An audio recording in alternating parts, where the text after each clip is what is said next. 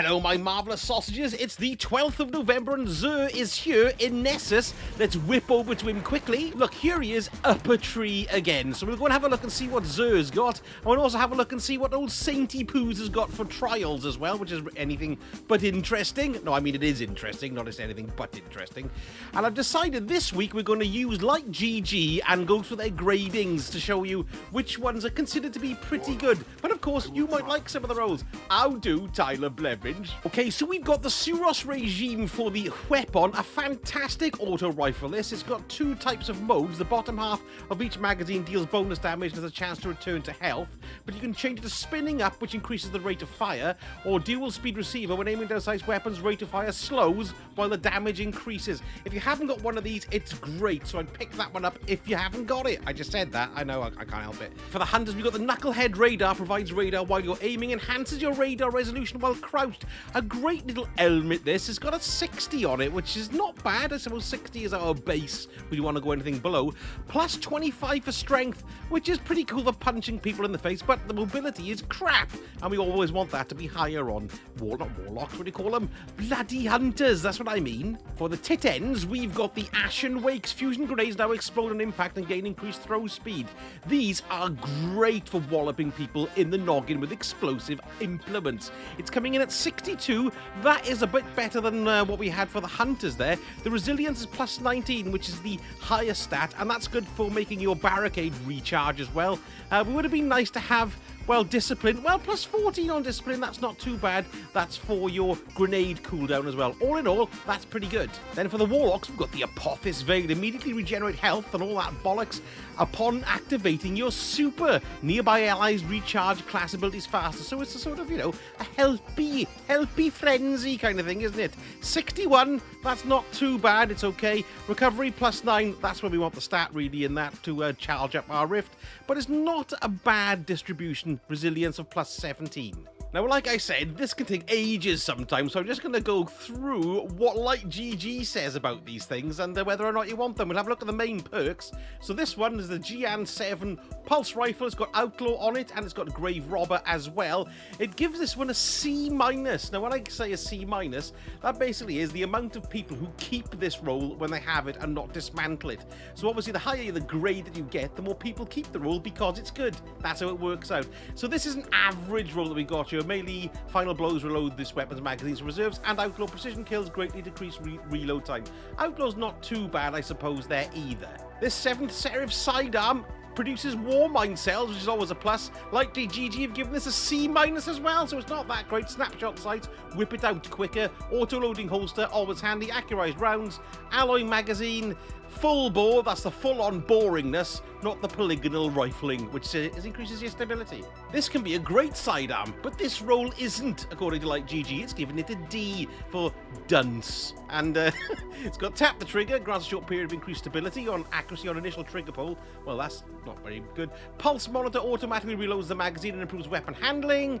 Tactical mag or steady rounds, and we've also got extended barrel or hammer forged rifling increases range. A D, that's obviously arse. This is even worse, apparently. This is an F.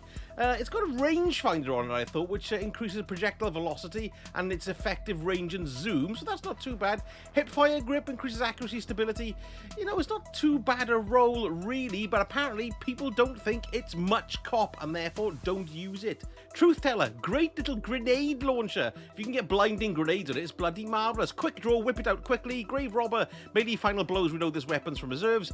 Spike grenades isn't too bad, actually, and high velocity rounds. They've given this one a C, so it's automatically the best one so far this week. Let's have a look at the next one, Interference. It's a heavy grenade launcher. They've given this one a D-, a minus dunce. You're useless. Let's have a look. Swashbuckler, weapon gains increased damage from melee kills. Well, yeah, I suppose, yeah, you can't really combine a punch in the face and then a grenade in the face, can you? You'll die. Field prep, kneeling down, not very useless. Yes, I can see why that's a D-. And then finally, we've got the Crowd Pleaser, another heavy grenade launcher. Let's have a look here. This is a C-. We've got quick draw, threat detector, increased reload stability and handling when enemies are in close proximity. Yeah.